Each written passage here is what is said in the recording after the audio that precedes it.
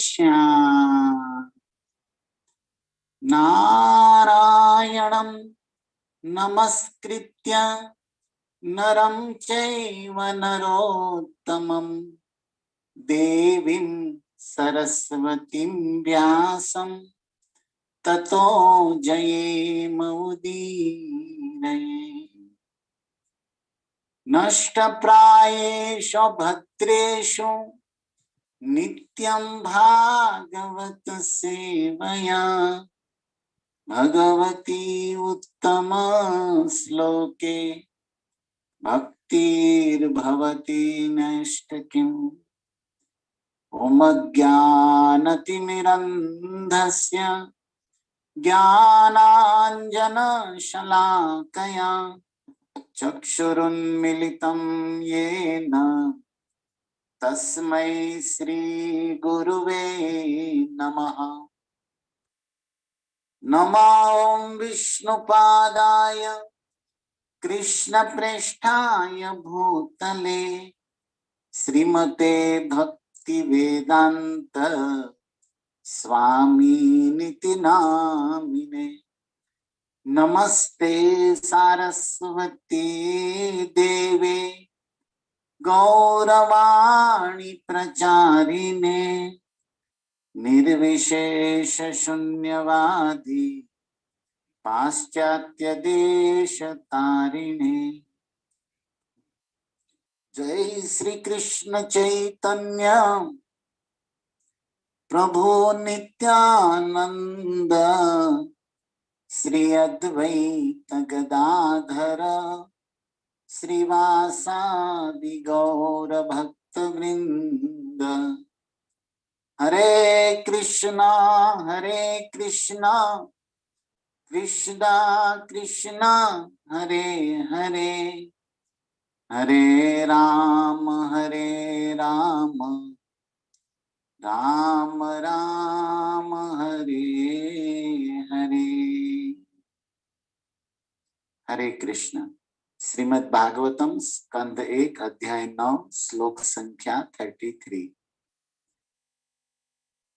त्रिभुवन कमनम तमालवर्णम रविकर गौरबराम्बरं दधानि वपुर अलक कुलावृताननाब्जं विजय सखिरतिरस्तु मे नवध्या। त्रिभुवन कमनं तमालवर्णं रविकर गौरबराम्बरं दधानि वपुर अलक कुलावृताननाब्जं विजय सखिरतिरस्तु मे नवध्या। तो श्री पितामह गंगापुत्र भीष्म देव, जो धर्म के तत्व जानने वाले 12 महाजनों में जिनका स्थान है, वे परम भक्त श्री कृष्ण की ऋषि मुनियों की उपस्थिति में दिव्य स्तुति प्रार्थना वंदना कर रहे हैं। और इस स्तुति के अंतर्गत भगवान का सौंदर्य, भगवान का माधुर्य रस आस्वादन कर रहे हैं। यही प्रभुपाद की कृपा से, परंपरा से हम सब वैष्णव को भी ये भागवत सुधा रस प्राप्त हो रहा है। ये हम सबका सौभाग्य है। तो इन गुरु वैष्णवों के प्रति शरणागति समर्पण भाव रखते हुए हम आज के भीष्म देव के स्तुति के इन सुंदर शब्दों का अर्थ रस आस्वादन करके स्वयं की भक्ति वर्धन करने का प्रयास करेंगे। तो आज सबसे पहला संदेश, मैसेज यह है सभी वैष्णवों को कि जब आप भागवत का रस आस्वादन करना चाहते हो, उसके अर्थ को, भाव को, उस लीला को आप हृदयस्थ करना चाहते हो, तो सबसे पहली बात कि आपको भागवत के प्रति रिस्पेक्ट होना चाहिए, आदर होना चाहिए। और सबसे ज्यादा इसको इम्पोर्टेंट महत्व देना चाहिए। देखिए, भागवत को जब आप रिस्पेक्ट करोगे, आदर करोगे या इम्पोर्टेंट महत्व दोगे अपने जीवन में, तब भागवत भी आपको महत्व देगा, आपको आदर देगा। तो दास प्रथम आज का संदेश यह शेयर करना चाहता है आप वैष्णव चरणों में कि ये ग्रंथ भागवत के प्रति हमारा रिस्पेक्ट होना चाहिए और साथ में महत्व बुद्धि होना चाहिए। और एक तीसरा पॉइंट कि इसके प्रति हमें समर्पण होना चाहिए, श्रद्धा के साथ समर्पण। श्रद्धा मतलब विश्वास के साथ समर्पण होना चाहिए। तो तीन बातें, रिस्पेक्ट, महत्व और समर्पण। किसके प्रति? भागवत के प्रति। और एक बात, अगर भागवत के प्रति आपका महत्व है, आदर है, समर्पण है, तो ये जो भागवत कथा, ये भागवत ग्रंथ जिस भक्त भागवत से मिल रहा है, उन वैष्णव भक्तों में भी ये तीनों चीज होनी चाहिए। क्या? समर्पण, महत्व और रिस्पेक्ट, आदर। ओके, ऑनर बुद्धि होना चाहिए। और तीसरी बात, तीन इस तरफ है, तीन उस तरफ।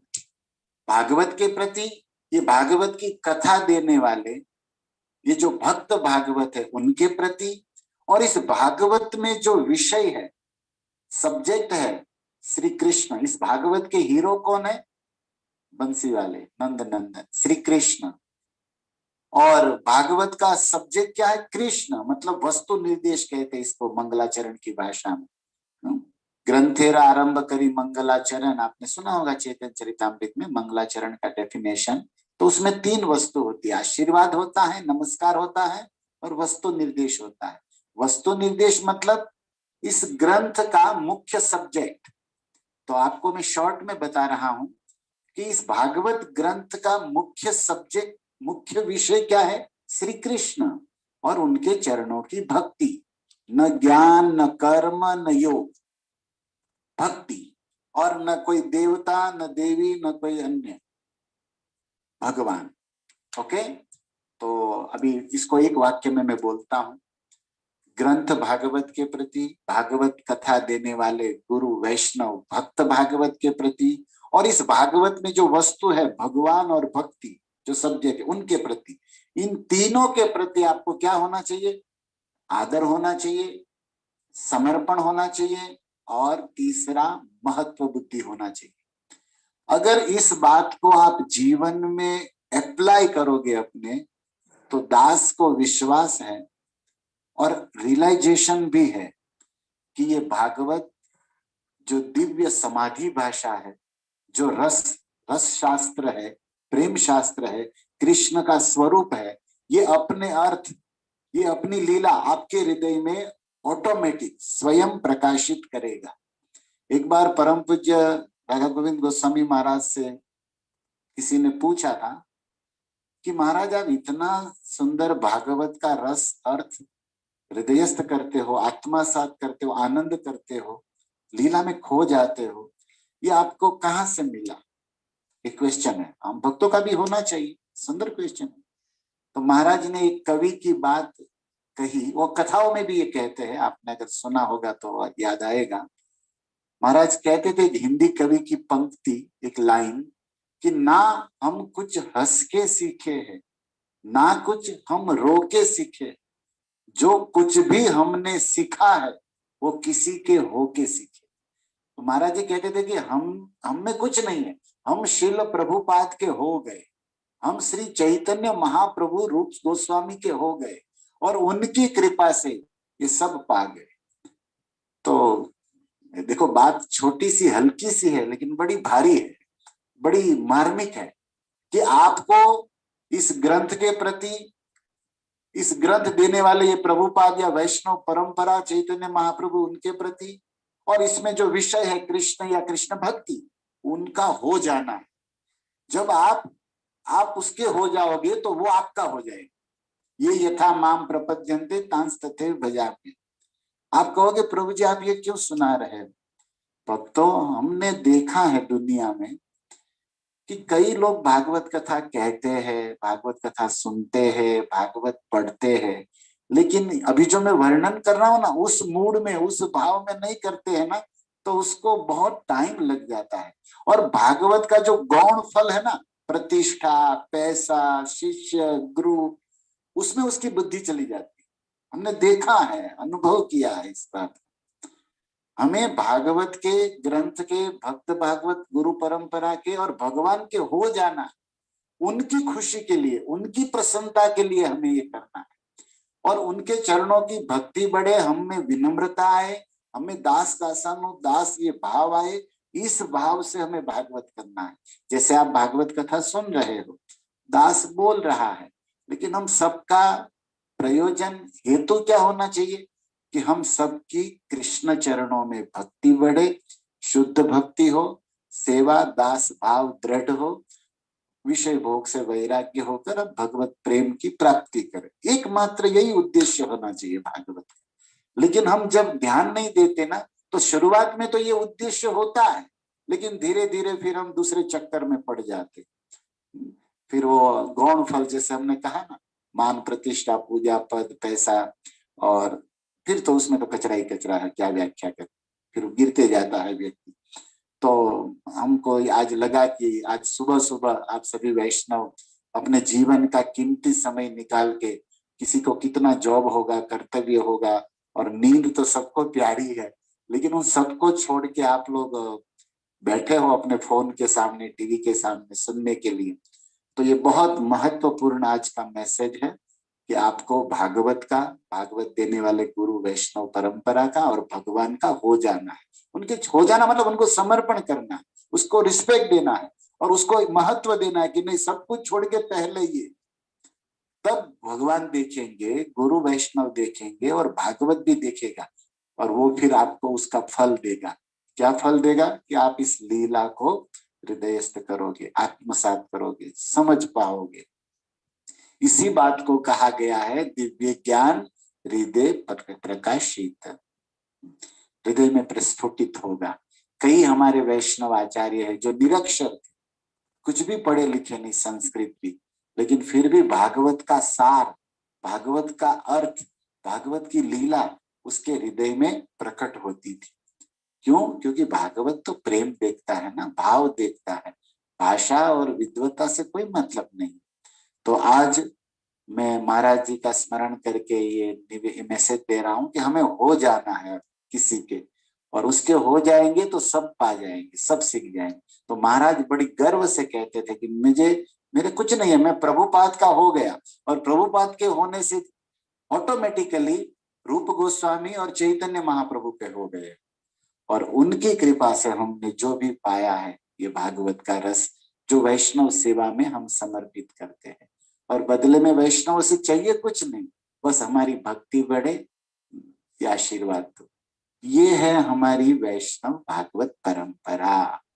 और इस तरह हम अगर आचार्यों के चरणाश्रित होकर श्रवण कीर्तन करेंगे, तो हम शीघ्रता से, इमीडिएटली ऐसे सार वस्तु को पा जाएंगे।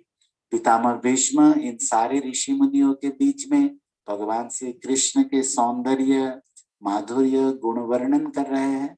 ये भगवान की यश गंगा है, और इसमें हम सुन रहे थे कि विजय सखा के चरणों में मेरी निर्दोष, निर्दोष मतलब कामना शून्य और non stop, desireless and non stop, मेरी प्रीति, मेरी रति, मेरी मति विजय सखा में अस्तु, उनके चरणों में लग जाए। कैसे है विजय सखा? तो हमने कल व्याख्या की, वपुर अलक कुलावृतान नब्जम। जिस विजय सखा का मुखड़ा, फेस, मुखारविंद सुंदर काले घुंघराली लटों से, बालों की लटों से घिरा हुआ है, और कृष्ण का वपु जो नित्य नव यौवन सच्चिदानंद है, ये वर्ण, ये इस पर हमने थोड़ा डिटेल बताया था। तो यहीं से हम आगे बढ़ते हैं। ओके, तो देखो भगवान श्री कृष्ण का सुंदर मुखड़ा काले काले घुंघराले बालों से आवृत है। ओके, पितामह भीष्म रोज इसको देखते थे। 10 दिन, महाभारत का युद्ध 18 दिन चला, उसमें 10वें दिन वो पाणशैया पर गिरे, लेकिन 10 दिन तक उन्होंने सतत, सुबह होते ही, सूर्य उदय होते ही शंख फूंका जाता था कुरुक्षेत्र की युद्ध भूमि में, तो सामने श्वेत वस्त्रधारी गंगा पुत्र भीष्म रोज कृष्ण का ये दर्शन करते थे। कैसा दर्शन? काले घुंघराले बालों की लटों से आवृत मुखारविंद। ऐसा लगता था मानो काली घटा से पूनम का चांद निकल रहा है। हमारे यहाँ कहते भी है, कृष्ण का मुखड़ा चांद का टुकड़ा। और एक कवि कहता है कि नहीं, गलत, कृष्ण का मुखड़ा चांद का टुकड़ा नहीं है, ये चांद खुद कृष्ण के मुख का एक टुकड़ा है। कृष्ण का मुख तो करोड़ों चंद्रमा की चांदनी से, शोभा से सुसज्जित सुंदर है। तो कृष्ण सुंदर है, उसके आगे सब छछुंदर है। आप पता नहीं वहां पर रह रहे हो, लेकिन छछुंदर को समझते हो कि नहीं?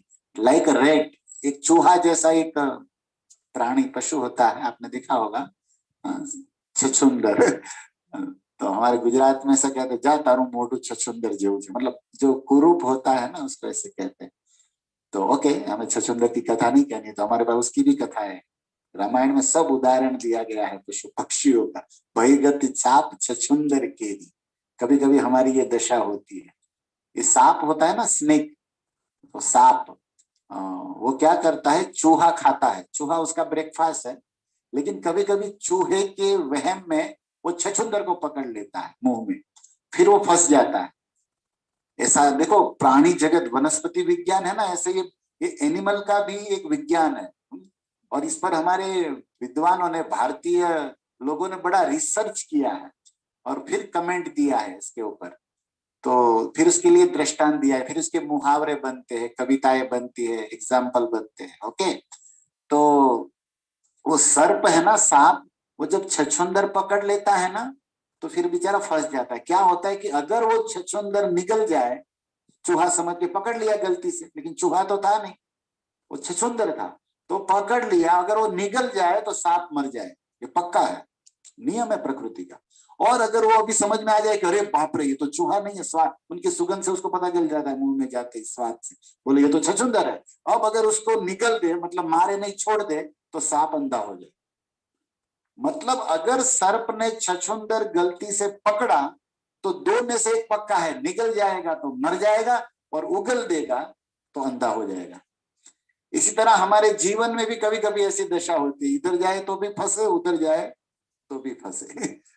तो इसलिए फिर कहते हैं कि देखो इसकी सांप छछूंदर वाली गति हो गई, ऐसे दृष्टांत दिए जाते। एनीवे, लेकिन देखो कितनी सुंदर युक्ति है कि कृष्ण सुंदर है, उसके आगे सब छछूंदर है। मतलब सब सुंदर है, ओके, लेकिन कृष्ण के आगे नथिंग, कुछ भी नहीं। क्यों, कैसे कृष्ण सुंदर है, आज हम इसको समझेंगे थोड़ा बढ़िया से। लेकिन अभी हम बालों से गिरा हुआ मुखड़े की बात कर रहे हैं। तो ये शास्त्रों में फिर इस तरह के श्लोक भी मिलते हैं। कांति मृषाम निंदति शारदेन्दु, यत्रैकतो विलसिताम असितांग शोभाम, राधा मुकुंद युगलम तदहम नमामि, वृंदावने यामुन कृत गंग संग। देखो, यमुना और गंगा मिलती है हमारे भारतवर्ष में, इलाहाबाद में प्रयाग संग। आपने देखा होगा, एक तरफ से व्हाइट गंगा आती है दूध जैसी धवल, और एक तरफ से श्याम वर्ण की यमुना आती है। सरस्वती तो डिप में, मतलब छुपी हुई है, तो गंगा जमुना सरस्वती तीनों का मिलन, लेकिन दिखती दो है, गंगा और यमुना, एक व्हाइट एक ब्लैक, श्याम वर्ण की। तो राधा और कृष्ण जब वृंदावन में मिलते हैं ना, राधा मुकुंद, तो ऐसा लगता है कि गंगा जमुना का मिलन हो रहा है, क्योंकि कृष्ण श्याम वर्ण यमुना जैसे है, और राधा रानी तप्त कंचन दूध जैसी गोरी गोरी। तो राधा कृष्ण का दर्शन जो भी करता है ना, इस्कॉन में प्रभुपाद ने ये विग्रह बनाया है सब जगह, और जो जो राधा कृष्ण का दर्शन करता है, वो रोज गंगा जमुना में स्नान करता है, क्योंकि गंगा तो इन्हीं के चरणों से निकली है। और इन दोनों की लीला यमुना के तट भी तो होती है, यमुना तीरा वनचारी। तो राधा कृष्ण का दर्शन करने से गंगा जमुना क्या करोड़ों तीर्थों में स्नान करने का फल मिल जाता है। इसलिए प्रतिदिन, जैसे गंगा पुत्र भीष्म कह रहे हैं कि मैं कृष्ण का दर्शन किया हूं और कर रहा हूं और जन्म जन्म करना चाहता हूं, तो हमको भी श्रील प्रभुपाद ने मंदिर इस्कॉन के सेंटर बना के ये व्यवस्था दी है कि हम राधा कृष्ण का दर्शन करें।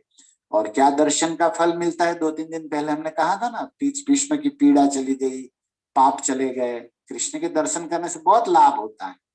ओके, तो यहाँ पर कृष्ण के मुखारविंद और बालों की मुख्य रूप से 2 चर्चा हम कर रहे हैं, राइट।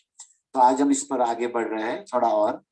देखो, कृष्ण के बाल है और इतने सुंदर बाल है कि वो चमकते हैं, जैसे उसमें लाइटिंग शाइनिंग किया हो, और वो बाल लंबे हैं। मतलब भगवान के यहाँ क्या करे, कंधे से भी नीचे जाते हैं, और करली घुंघराले बाल है और पतले हैं एकदम, घोड़े जैसे कड़क नहीं है। भगवान के बाल सुंदर है।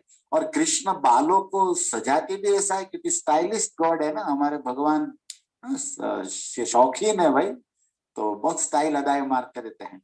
और एक बात ये भी ध्यान दीजिए, कृष्ण को बालों को सजाना बढ़िया से आता है। ये जो सांदीपनी के यहाँ 64 दिन में 64 कला, 64 आर्ट्स भगवान ने सीखा, उसमें एक कला, एक आर्ट्स था बाल गूंथना, बाल बनाना। और कृष्ण तो अखिल कला के गुरु है, इसलिए तो राधा रानी कृष्ण से ही बाल बनवाती थी। तो कृष्णा ब्यूटी पार्लर में राधा रानी रोज जाती थी, क्योंकि राधा रानी प्रेम से श्याम सुंदर से कहती थी हमारे बालों को सजा दो। और राधा रानी के बाल के विषय में तो क्या वर्णन करे। लिखा गया है कि श्याम सुंदर अपने अपने अपने कोमल कमल हाथों से जब पकड़ते थे ना, तो उनको राधा रानी के बालों को छूते ही श्याम सुंदर में रोमांच, कंपा, अश्रु होने लगता था। और वो असलियत में जैसे चोटी गुथनी चाहिए वो कर नहीं पाते थे, प्रेम अश्रु भाव से पिघल जाते थे। और वो राधा रानी के बाल तो एकदम कमर से भी नीचे तक लंबे हैं। तो वो तो एक अलग निकुंज का वर्णन है। लेकिन केशान वर्धयति इति केशव, इसलिए केशव शब्द का वृंदावन का अर्थ है कि जो केशों का सुंदर गुंथन वर्धन स्टाइल करना जानता है, इसलिए इनको केशव कहते हैं। ये भी अर्थ है इनका, केश मतलब बाल होता है ना। तो आज हम बालों की और कृष्ण की चर्चा कर रहे हैं। तो हमारे यहाँ कहते हैं ना, वो एक वृंदावन का एक प्रसिद्ध भजन है, तेरे बलिहार प्यारे, जो उसमें कहते तेरे बाल बड़े घुंघराले, बादल ये काले काले। मतलब कृष्ण के बालों को देख के आकाश के बादलों का स्मरण हो जाता है। आपने आकाश में वर्षा ऋतु में काले घनघोर बादल देखे होंगे, और उस बादल से जब रात में पूर्णिमा का चांद खिलता है काली घटा से, तो ऐसा काले काले घुंघराले बालों में कृष्ण का पूनम का चांद जैसा मुखड़ा, बड़े बड़े देवता दर्शन को तरसते हैं इस मुखड़े के दर्शन को। और करोड़ों चंद्रमा भी शर्मा जाए, लज्जित हो जाए, ऐसा कृष्ण का सुंदर मुखड़ा है। और ऊपर से बाल झटकारते रहते हैं। कई बार भगवान की बालों की लटें यहाँ पर आ जाती है गालों पर, तो भगवान ऐसे हाथ से ऐसे लगाते फिर आ जाती है। कभी नीचे इधर गैया को इधर देखते, इधर सखी हो तो बाल ऐसे झटकारते। ये कृष्ण की एक अदा है, इसको देख के गोपियां घायल हो जाती थी, मतलब लट्टू, मतलब क्या कहे, समर्पित हो जाती थी इन बालों को देख के। और जब कृष्ण भगवान यमुना जी में स्नान करने जाते थे, तो पगड़ी उतार के, सिंगार उतार के बालों को खोलते थे एकदम, और फिर यमुना में नहाते थे, मतलब यमुना में विहार करते थे। तो क्या होता था, यमुना में विहार करके नहा के जब कृष्ण बाहर आते थे, तो काले घुंघराले बाल अपने बदन पर खुले छोड़ देते थे। देखो, ये भी एक सुंदरता की, सादगी की एक अलग अदा है। बहुत व्यक्ति सुंदर हो और उनके बाल भी सुंदर हो, और वो बाल गीले पानी से थोड़े थोड़े भीगे हो और उसको खुला छोड़ दिया जाए, तो ब्यूटी है ना बढ़ जाती है भाई। अब ये तो रसिक लोग समझ सकते हैं, जो धीर गंभीर तपस्या करके जिनका हृदय जल चुका है। ऐसा गंभीर व्यक्तियों के लिए ये कथा नहीं है, ये रस की बात है।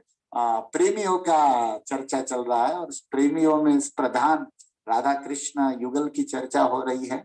और सत्य है, ये माधुर्य रस है भगवान का।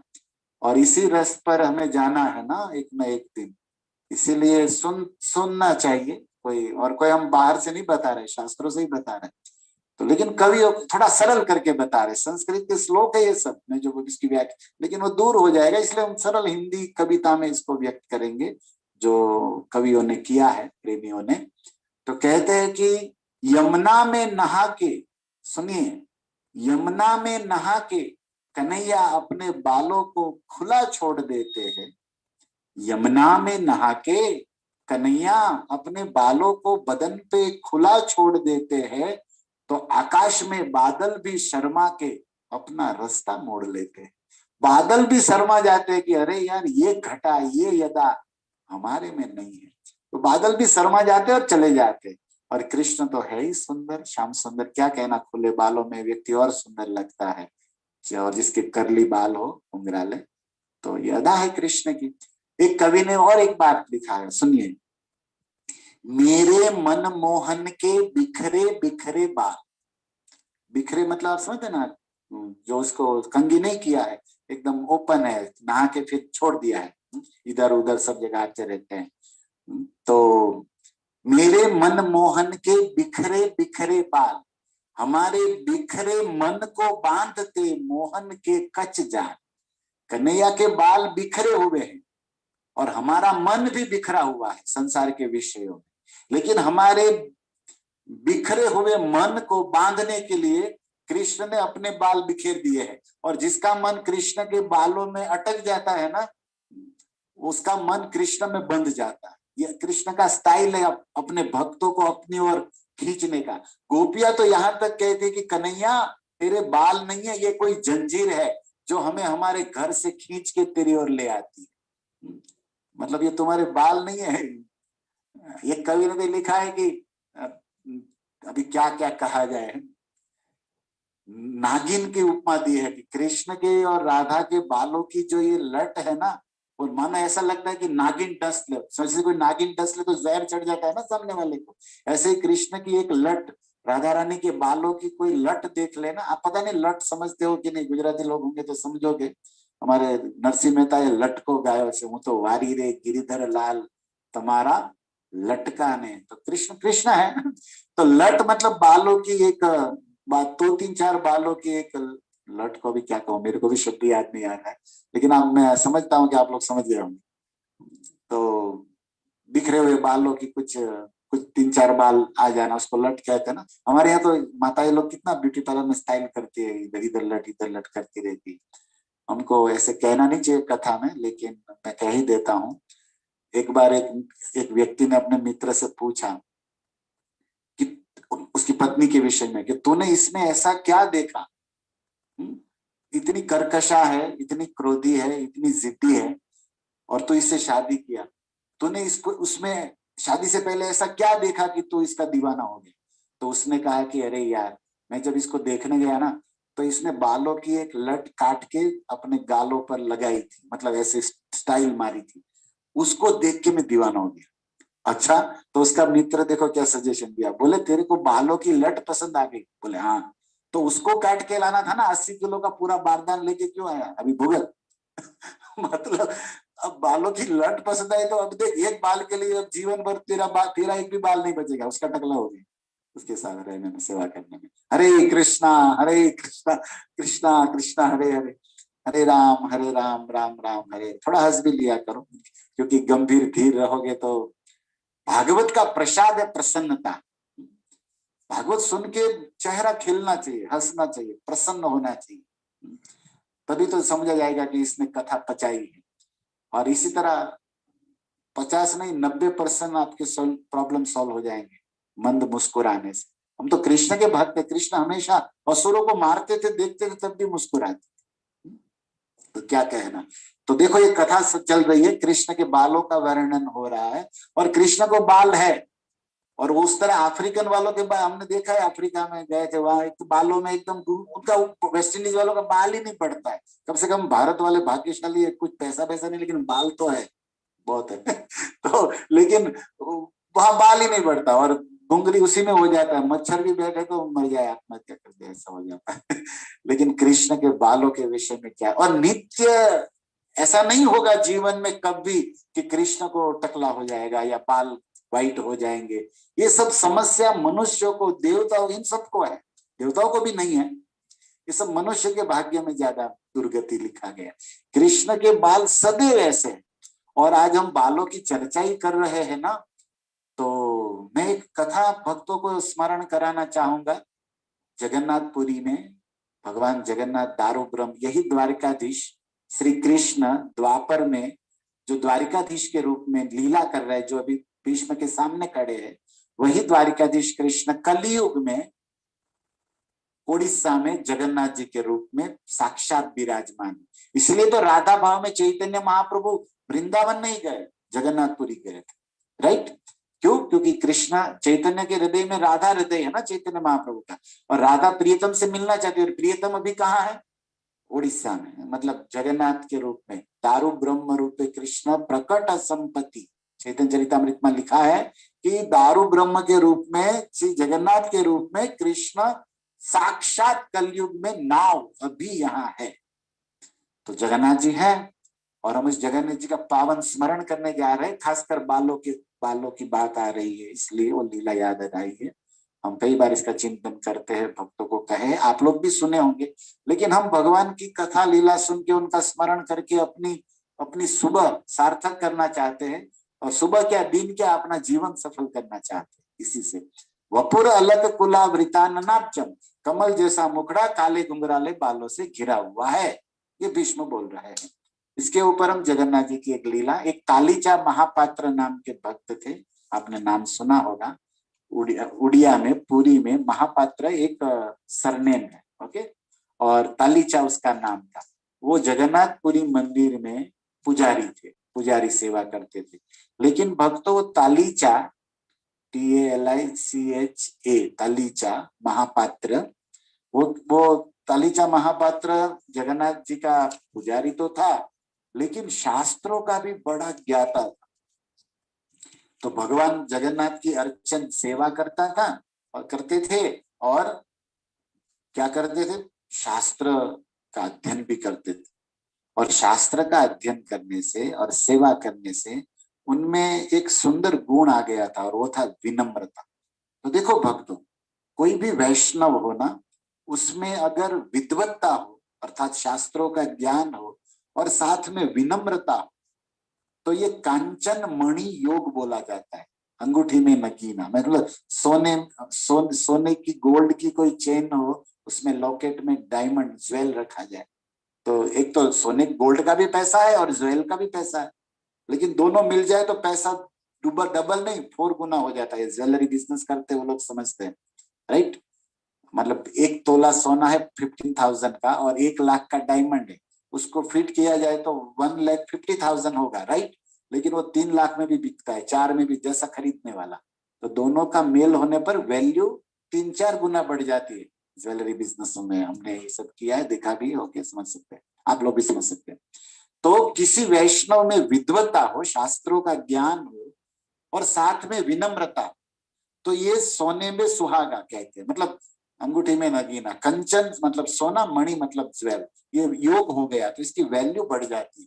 नहीं तो प्राय क्या होता है जानते, कलयुग में विद्वत्ता आने पर अहंकार बहुत आता है, फिर वो विनम्रता, दासानुभाव, वो सब छूट, विद्या विनय ददाती, ऐसे संस्कृत में हम लोग छोटे थे तब जब वो सुविचार सिखाए जाते थे सुभाषितम में, तो ये सिखाया जाता था कि विनम्र विद्वत्ता हो, लेकिन विनम्रता उसका आभूषण है, ओके। तो इस भक्त में था सेवा कथा रसम हो नितराम पिबत्वम। ये तलीचा महापात्र जगन्नाथपुरी में क्या करते थे, भगवान जगन्नाथ की सेवा में मस्त रहते थे, और सब सेवा समाप्त हो जाए, अर्चन पूजन भोजन भगवान जगन्नाथ का, और तब ये समय मिलता था तो कथा सुनते थे।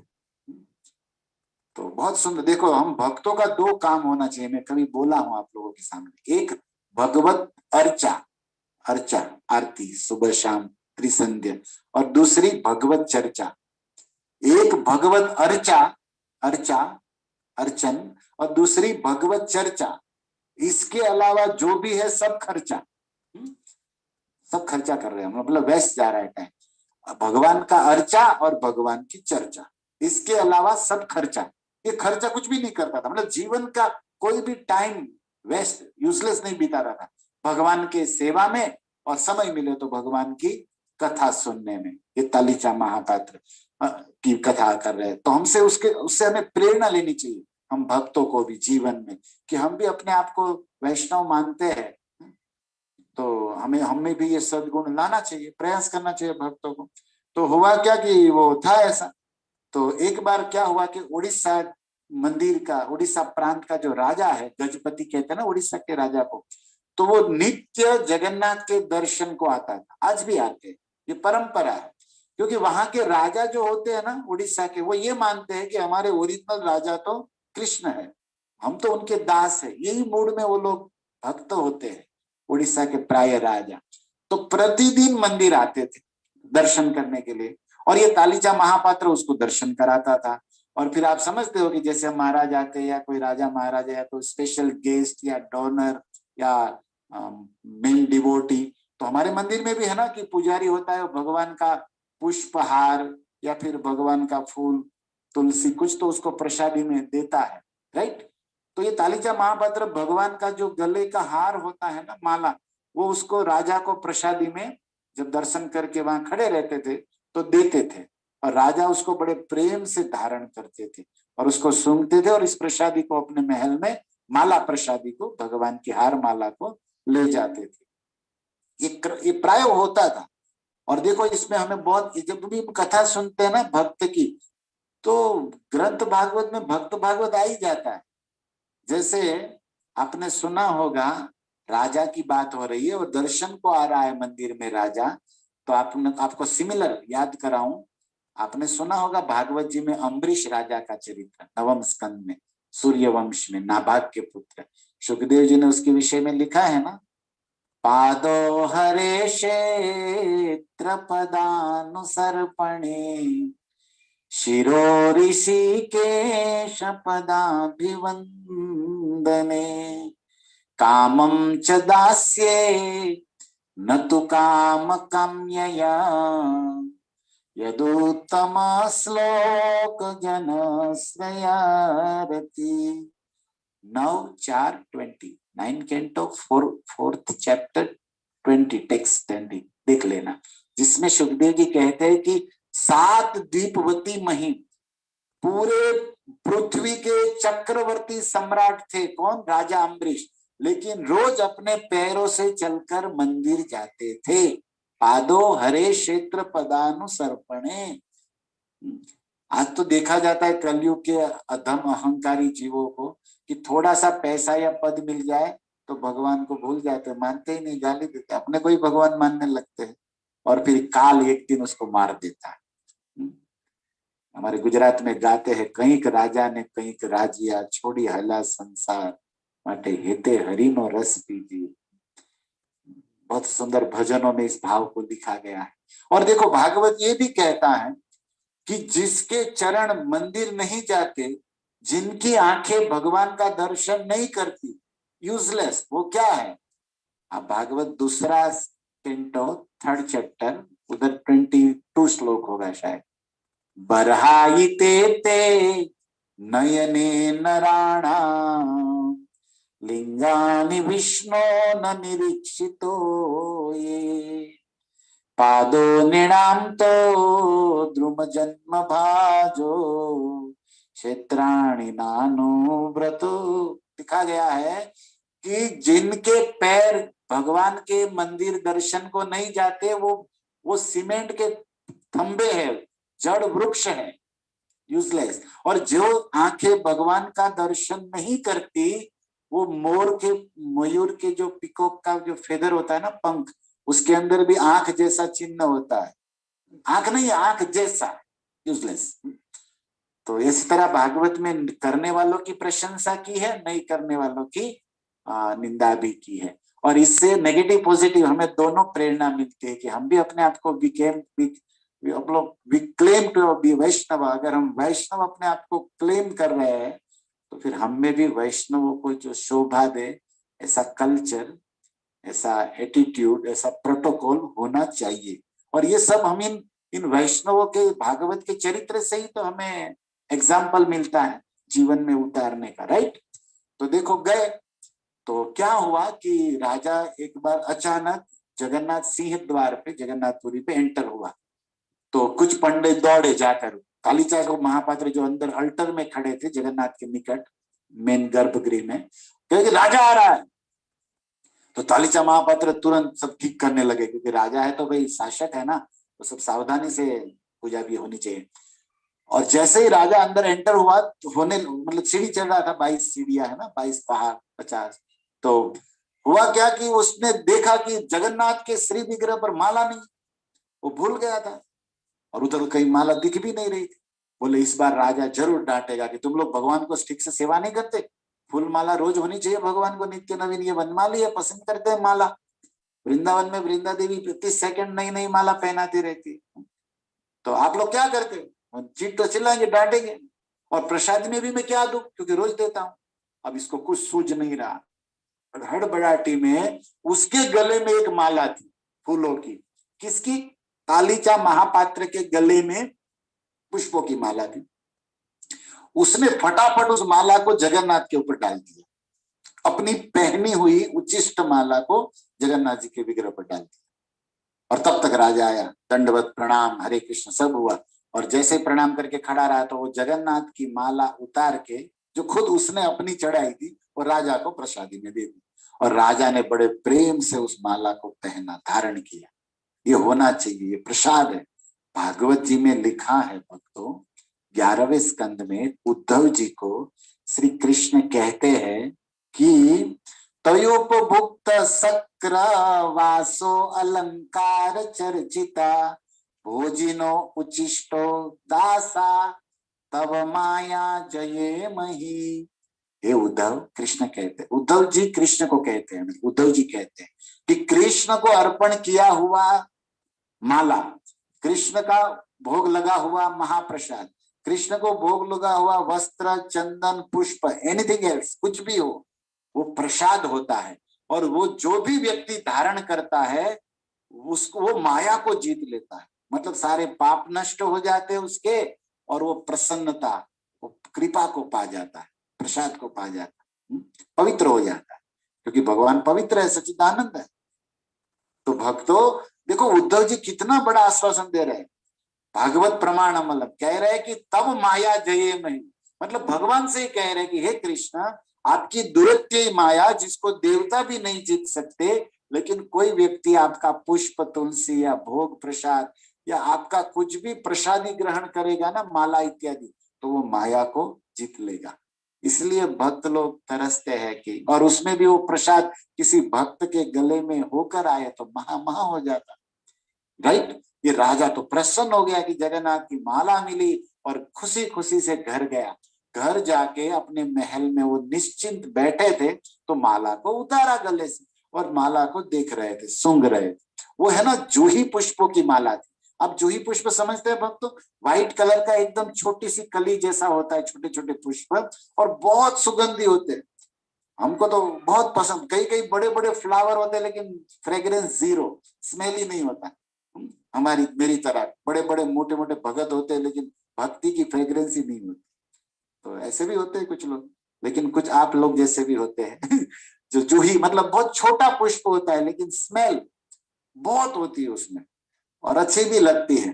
तो वही माला थी। तो राजा ऐसे देख रहा था, सूंघ रहा था, तब तक उसने एक बाल देखा उसके अंदर। अब आइए मेन पॉइंट पर, बाल की बात हो रही ना, बाल देखा उसने।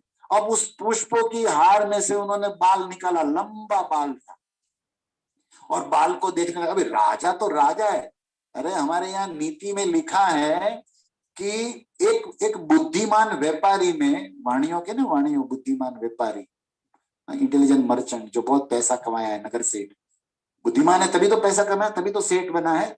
तो जे बुद्धिमान वाणियों હોય ને એનામાં 36 લોકોની बुद्धि હોય, 36% की बुद्धि एक बनिया में, एक व्यापारी में होती है।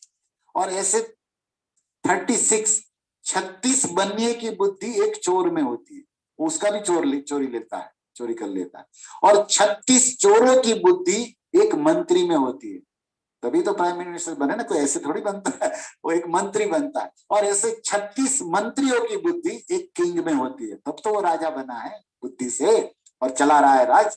ये भी तो राजा थे, नेचुरल इंटेलिजेंट बुद्धिमान थे। उन्होंने चेक किया, बोले इसमें बाल कहाँ से आए, जगन्नाथ को तो बाल है नहीं, और जगन्नाथ का पवित्र प्रसाद में रोज लेता हूँ, ये बाल कहाँ से। उसको डाउट हुआ, बोला क्या ना हमारे राजा वाजा ने वांजरा बता, सारा तो सारा, नहीं तो भूखा काटी ना। इन्हें कीधु इसमें बाल कहाँ से आया। अच्छा, उसको लगा, उसको डाउट गया, 100% के निश्चित जो कालीचा पात्र को बाल थे बड़े बड़े। आपने देखा होगा वृंदावन और वहां पर भी जगन्नाथपुरी कई पंडा ऐसे पीछे चोटियां लेनी पड़ती, लंबे लंबे बाल होते हैं। हमारे इस्कॉन के भक्तों को भी चोटी खोलो तो नीचे कमर तक पहुंच जाएगी, बड़ी कई लोग शौक रखते हैं ना ऐसा, तो बड़े बड़े बाल है उनके। तो बोला निश्चित इसने पहना होगा और बाला भूल गया होगा, इसलिए जगन्नाथ को चढ़ाया होगा और मुझे मिला है। और ये तो अपराध है प्रभु का और मेरा दोनों का। राजा भी तो भगवान का रूप माना जाता है ना, नराणाम च नराधिपम, गीता में कृष्ण कहते हैं कि मनुष्यों में मैं राजा हूं, अपनी विभूति बोलते हुए। तो बहुत दुख लगा उनको, उसको चिल्लाया, दुख क्या, उसको बोला बुलाओ, मंत्री को भेजा, बोले अब भी जाके उस तालीचा महापात्र को बुलाओ। और राजमहल से, और माला हाथ में ही थी और बाल भी तो अंदर ही था। देखो बाल की भी अपनी हिस्ट्री है। बाल है ना सिर पे ही अच्छे लगते हैं, दाल में या सब्जी में आ जाए ना तब तो महाभारत हो जाता है।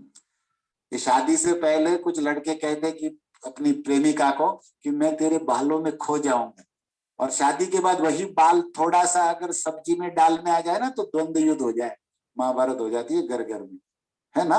तो बाल बाल सर पे ठीक है, लेकिन कहीं निकल जाए तो खतरा हो जाता है। तो यहाँ हो गया, वो माला में से बाल निकला। अब तो चिंता है। तालीचा महापात्र को बोला राजा जी बुला रहे, चलो। तालीचा जानता था कि राजा है, बहुत क्रोधी है, और वो सेवा में इधर उधर होगा, चलाएगा नहीं, निश्चित मुझे दंड देगा। और लगता है कि मेरी चोरी पकड़ी गई, चोर की दाढ़ी में तीन का मतलब जिसने गलती किया उसको फीलिंग होता ही है और डाउट भी जाता है। और जैसे राजा के सामने आया, राजा एकदम क्रोध में थे। उन्होंने कहा तालीचा महापात्र झूठ मत बोलना, सच कहो, मैंने देखा ये लोगों बाल और ये तुम्हारी दी हुई माला, और इसी में से बाल निकला, तो आप बताओ कि इसमें से बाल कैसे निकला। अब तालीचा एकदम अंदर से डरे हुए, वो तो समझ गए कि मैं पकड़ा गया अब तो, और निश्चित दंड मिलेगा, और ये दंड भारी था। राजा तो क्रोधी है और कुछ भी कर सकता है, कुछ बोले नहीं, मौन रहे। तब तक राजा ने कहा सुनो, जगन्नाथ को कब से बाल आने लग गए, निश्चित है कि तुमने तुम्हारी माला उसको पहनाई है। तालीचा नीचे मुंह करके खड़े, अब सत्य तो यही है। और समझ में आ रहा है कि राजा क्रोध में और प्राण दंड भी दे सकता है या देश निकाल कर सकता है, कुछ तो करेगा ही करेगा, छोड़ेगा नहीं, पकड़ा तो गया। तो क्या तुम्हारा बाल नहीं है तो क्या जगन्नाथ जी को बाल है, बताओ। अब इतना जोर से बोला तो ये बेचारा थर थर थर थर कांपते हुए कहा, अरे प्रभु जगन्नाथ जी का बाल है, जगन्नाथ को बाल है, आप देखे नहीं। और मुंह से निकल गया झूठ कि ये बाल माला में आया, वो जगन्नाथ का बाल है, जगन्नाथ को बाल है। अब राजा तो हंसने लगा, उसने कहा अच्छा कल सुबह देखेंगे जगन्नाथ का बाल, और अगर जगन्नाथ को बाल नहीं हुआ ना तो तुम्हें देश निकाला दे दी जाएगा, और कहीं बाल हुआ तो तुम्हारी मान पंडिताई से पूजा होगी और सुख सुविधा सामग्री पहुंचा दी जाएगी। कल सुबह मिलते हैं महाराज, मंगला में निकल गए। अब ये तो आया घर, गया सीधा मंदिर में, रात में उसका सेवा भी था, और जगन्नाथ का ड्रेसिंग कर रहा है रात में। जगन्नाथ का है ना श्रृंगार दर्शन रात में होता है, ध्यान दीजिए। हमारे इस्कॉन में सुबह होता है ना श्रृंगार आरती, श्रृंगार दर्शन मंगला के बाद। जगन्नाथपुरी में श्रृंगार दर्शन सुबह नहीं होता, जगन्नाथ का राजवेश, बड़ा श्रृंगार वेश रात में होता है। क्यों? क्योंकि 9 बजे श्रृंगार चालू होता है, 11 बजे तक चलता है, और 11 बजे रात में श्रृंगार आरती होता है जगन्नाथपुरी में आज भी। क्यों? क्योंकि जगन्नाथ राजा है, राजा लोग तो रात में ही पार्टी करते हैं ना भाई, आप लोग समझ जाओ यार, क्या ज्यादा व्याख्या करें। राजा लोग तो रात में ही जलसा पार्टी होता है, तो जगन्नाथ तो राजा भी राजा, तो उसको रात में श्रृंगार वेश होता है। हमने कई बार 12-12 बजे तक किया है दर्शनों को। तो श्रृंगार करते करते श्रृंगार हो गया, रात में 11:30 बजे श्रृंगार वेश, फिर आरती हो गया। अब ये बेचारा रो रहा है जगन्नाथ के सामने, हे जगन्नाथ क्षमा करो, मैं आपका हूँ, शिव ब्रह्मा आपकी पूजा करते, रमा शंभु ब्रह्मा अमरपति गणेश अर्चित पदो, जगन्नाथ स्वामी नयन पथगामी भवतु में। लेकिन आपने करोड़ों लक्ष्मी आपकी सेवा करती है, उस सेवा मुझे मिली है, लेकिन मैं अभागा है कि आपकी ठीक से सेवा न कर पाया। मैं दंड का पात्र हूं। कल राजा मुझे निश्चित फांसी चढ़ा देगा या देश से निकाल देगा। मुझे आपको छोड़ के जाना पड़ेगा, पूरी त्यागना पड़ेगा, आपकी सेवा कथा सब छूट जाएगी। मेरा क्या, रोने लगा एकदम और जगन्नाथ के चरणों में प्रार्थना करने लगा। और सुबह बस एक रात बची थी उसके पास, तो ये प्रेम से प्रार्थना करने लगा। और ब्राह्मणों की, वैष्णवों की प्रार्थना प्रभु सुनते हैं अगर वो दिल से की जाए, बाहर से मुंह से झूठा नाटक नहीं। और ये दिल से कर रहा था, आर्त था ना, आर्तो अर्थार्थी जिज्ञासु, मरता क्या नहीं करता। हमारे यहाँ कहते हैं मरता क्या नहीं करता, ये वास्तव में मृत्यु था उसका, इसलिए वो दिल से कर रहा था। आप जगन्नाथ अष्टकम सुने होंगे, उसमें यही तो प्रार्थनाएं हैं। रथारूढ़ो गच्छन् पथि मीलित भूदेव पटले दया सिंधु बंधो सकल जगतां सिंधु सुतया जगन्नाथ स्वामी नयन पथगामी भवतु मे। स्तुतिर प्रादुर्भावम प्रतिकर्ण्य आकर्ण्य सदय। हे दया सिंधु, हे दीनानाथ, हे दीन बंधु, इस दास को क्षमा करो, कल मुझे मरना पड़ेगा, अब मुझे कुछ नहीं चाहिए, अब तो कुछ ही नहीं चाहिए भाई तुमको। और जगन्नाथ अष्टकम में भी यही है, न वे याचे राज्यम न च कनक माणिक्यं विभव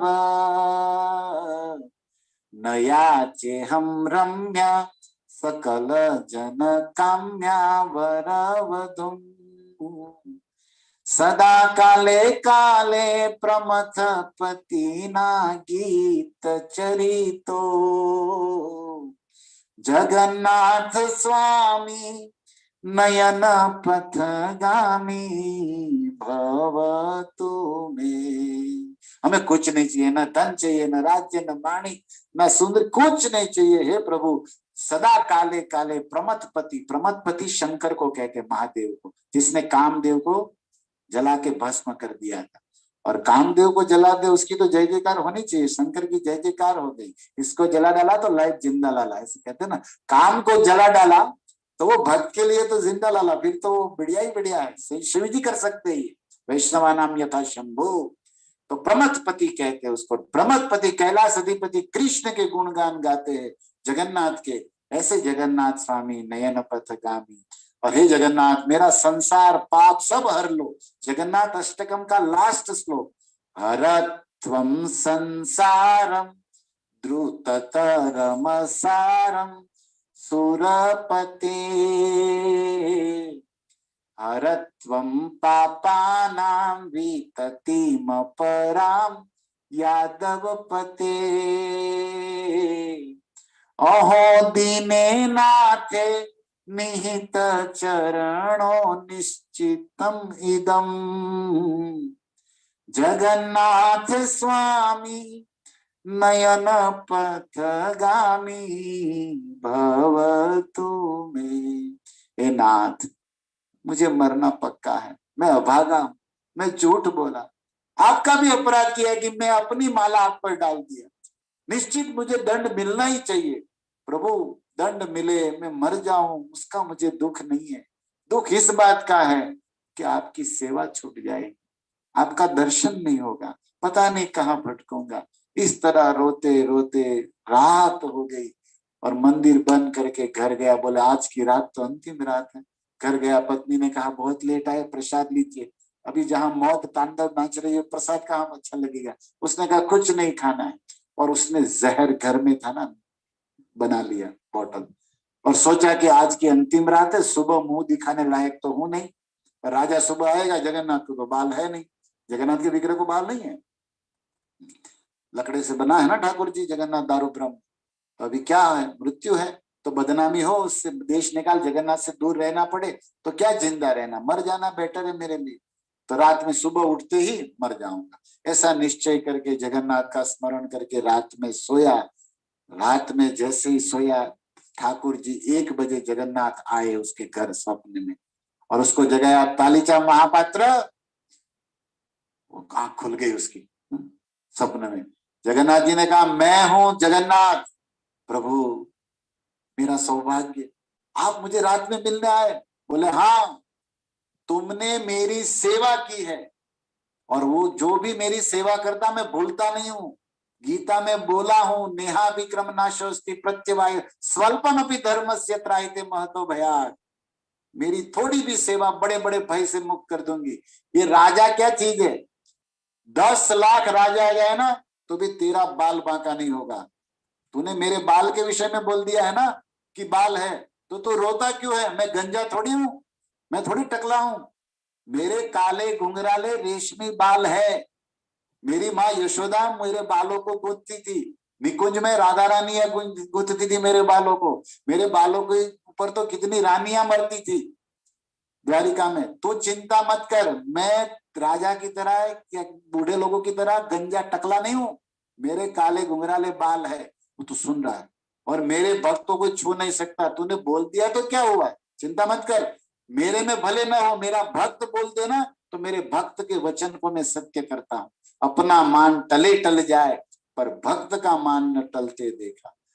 तो चिंता मत कर, राजा सुबह आने दे राजा को। और इतना कहे कि जगन्नाथ अंतर्ध्यान हो गए। जैसे ही आंख खोला तो प्रभु गायब, लेकिन उसको अभय दे दिया था।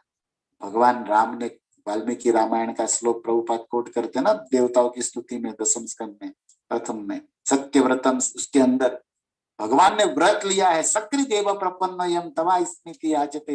एक बार भी भगवान के चरणों में कोई झुक जाए और कह दे कि हे राम मैं तुम्हारा हूं, भगवान कहते सारे पापों से मुक्त करके उसे अभय दूंगा। ये मेरा व्रत है। भगवान ने व्रत लिया है, और राम जी का व्रत है, प्राण जाए पर वचन न जाए। हमारी टेढ़ी सरकार ठाकुर जी का इधर उधर कर दे, राम तो, राम का मुख सा ये वाक्य है वाल्मीकि रामायण का। ओके, तो ये तो बोला गया सुबह, अभी मरना, जहर नहीं पिया, और सुबह तैयार होके 5:30, 5, 4:30, 5 बजे जैसे ही मंदिर में प्रवेश किया, रात में जगन्नाथ बोले जैसे मंदिर जाके देखा तो जगन्नाथ जी को काले लंबे लंबे घुंघराले बाल, वपुर अलक कुला वृतान नाब्जम। जगन्नाथ जी का मुखड़ा भीष्म कहते हैं कि काले घुंघराले बालों से घिरा हुआ। वो ब्राह्मण गालीचा महापात्र नाचने लगा, बोले आने दो राजा, कोई दिक्कत नहीं है। बढ़िया से ठाकुर जी का श्रृंगार किया, बालों को छुआ और लगाया, दुपट्टा लगाया, पीताम्बर लगाया, सब तिलक सब बढ़िया। और सुबह आया राजा, श्रृंगार दर्शन सुबह 7:30, 8 बजे। आते ही पहले चलो, गालीचा महापात्र सामने से गया, आइए महाराज। अब तो बिंदास था महाराज, क्या दिक्कत है, जिसके पक्ष में भगवान है उसको क्या डर है। जयस्तु पांडु पुत्राणाम ऐसा पक्ष जनार्दन। प्रभुपाद कहते हैं ना, विजय तो पांडवों की पहले कंफर्म हो गई थी। क्यों? क्योंकि कृष्ण उसके पक्ष में थे। जहां कृष्ण है वही तो विजय है। यत्र योगेश्वर कृष्ण यत्र पार्थ धनो तत्र श्री विजय हो। गीता का लास्ट श्लोक तो यही सार है। दिव्य दृष्टि प्राप्त संजय बोले है महाराज, कृष्ण पक्ष में क्या डरना, जगन्नाथ जी साथ में है। सानुकूल जगन्नाथम अनुकूलम जगत्रयम। जिसके ऊपर जगन्नाथ मेहरबान, तीनों लोग उस पर मेहरबान हो जाए। भाई राखे कृष्ण मारे के किसकी मजा है। राजा आके गया और काले घुंघराले बाल लंबे लंबे देख के राजा एक बार तो सोचने लगा। फिर राजा है ना, अपनी बुद्धि लगाया, बोले तालिका महापात्र में कल दर्शन को आया था, बाल नहीं था, आज बाल लगा। कौन से नकली बाल लगाया, कौन से फेविकॉल से, बता मुझे। ये चरणों में कहिए महाराज मैंने नहीं लगाया, और ना कौन लगा सकता है इसको, ये इसके असली बाल है जगन्नाथ के। अरे राजा के साथ चीटिंग करता है, छोड़ूंगा नहीं तुझे। और राजा गया जगन्नाथ विग्रह के पास और बालों को छुआ, लेकिन अंदर अभिमान भरा था ना थोड़ा, समझ नहीं पाया, और जोर से खींचा कि ये नकली कोई फेविकॉल का लगाया होगा। और खींचते ही 2-3 बालों को तो जगन्नाथ का चेहरा हिल गया, और जगन्नाथ के विग्रह से खून निकलने लगा जहां से बाल निकाले थे। राजा खून देख के, और जगन्नाथ जी का जैसे हमारे बाल खींचते तो हमें कैसा फीलिंग होता है, ट्रम्बलिंग होता है ना, पेन होता है। जगन्नाथ तो जगन्नाथ है असली बाल। और वही राजा चक्कर खा के मूर्छित होके गिर गया। वो समझ गया कि मैंने भारी अपराध कर दिया। और जब पानी छांटा, होश में आया, तब उसने कहा कालीचा महापात्र मुझे क्षमा कर, ये तो जगन्नाथ के ओरिजिनल बाल है, और मुझे पता है उनके बाल नहीं है, लेकिन तुम महान भक्त हो कि तुम्हारे वचन सत्य करने के लिए भगवान ने बाल लगा दिए। कालीचा हाथ जोड़ के सत्य बोला, प्रभु आप सही है।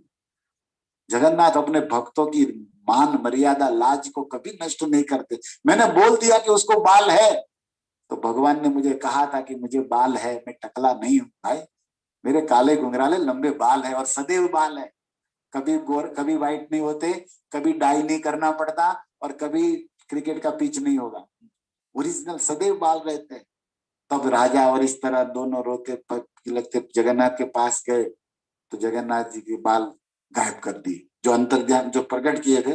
तो राजा समझ गया कि हाँ प्रभु, मैं जानता हूँ आपकी लीला, मुझे माफ कर दो, मुझे क्षमा कर दो।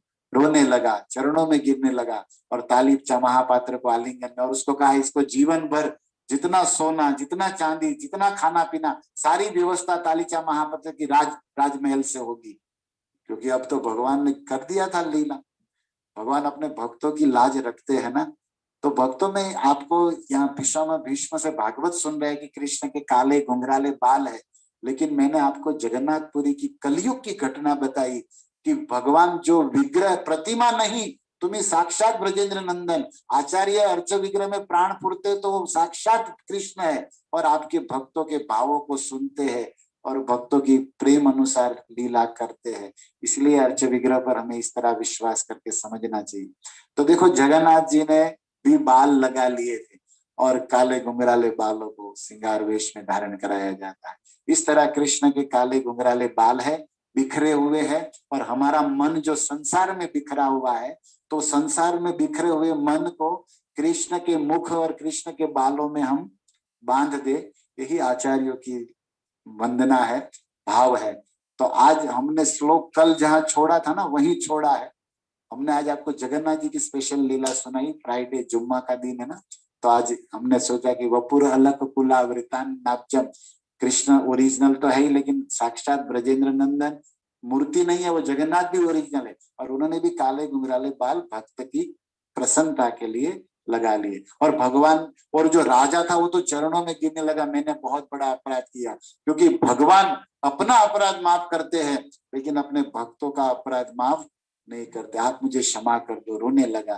तालीचा महापात्र भी प्रेम से अश्रु भर गया, उसने कहा मैं क्या क्षमा करूं, मैं तो खुद अपराधी था, लेकिन भगवान ने मेरे अपराध को, मेरे गुनाह को भी गुण बना दिया, गुनाह को भी गुण बना दिया। खाक मुझ में कमाल रखा है, भगवान ने संभाल रखा है। मेरे ऐबों पे डाल के पर्दा, मुझे अच्छों में डाल रखा है। मेरे भगवान अपने भक्त की गलती देखते भी नहीं, दूसरे को देखने देते भी नहीं। इसलिए गीता में कहते साधुर एवं मंतव्य सम्यक व्यवसित हो ही सर, मेरे भक्त का कुछ मत देखो, उनका मैं देख लूंगा, तुम अपना काम करो। तो भक्तों को बहुत बड़ा बल मिलता है ऐसे भगवान का, भक्तों का लीला सुन के, कि हम बिल्कुल प्रभुपाद की कृपा से सही ट्रैक में है, सही लाइन में है। बस हम भक्ति में आगे बढ़े, कथा सुनते रहे। बहुत अच्छा लगा, आप सभी भक्तों को थैंक यू। हरे कृष्णा। आज मैं टाइम से पूरा करूंगा क्योंकि मुझे अभी 10 मिनट बाद एक और कथा बोलने जाना है। सूरत में हूँ, गुजरात में, तो एक हाउस प्रोग्राम हमारा चालू हो गया है यहाँ पे, तो 9 से 10 एक और जगह मुझे जाना है। लेकिन आज हमने वपुर अलग कुलावृताम नाब्जम स्तुति का दूसरा श्लोक की आस्वादन किया, जगन्नाथ का, कृष्ण का, भीष्म का।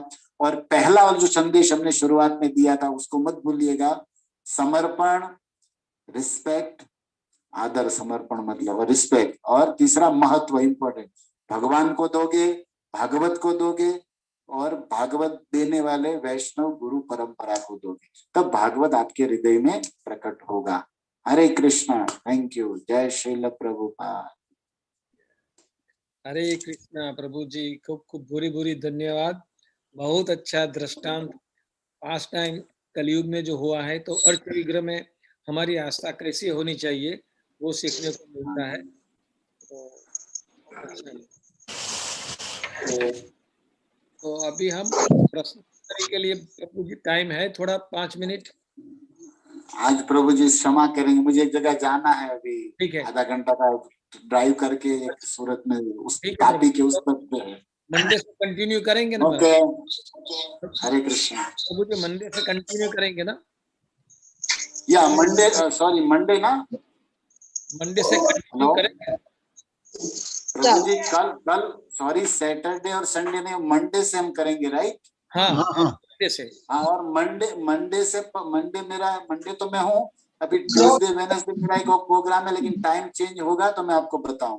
लेकिन मंडे 7:30 to 8:30 जो चल रहा है कंटिन्यूस, और ट्यूसडे वेडनेसडे कुछ चेंज होगा टाइम, आधा घंटा इधर उधर, तो मंडे को मैं आपको इन्फॉर्म कर दूंगा। ओके प्रभु, ठीक है प्रभु। हरे कृष्णा। हरे कृष्णा। जय हरे कृष्ण प्रभु जी। जगन्नाथ। दंडवत प्रणाम प्रभु जी। प्रणाम। हरे कृष्ण। हरे कृष्ण। हरे कृष्णा। हरे कृष्णा। हरे कृष्ण। हरे कृष्ण। हरे कृष्णा। हरि बोल। हरे कृष्ण।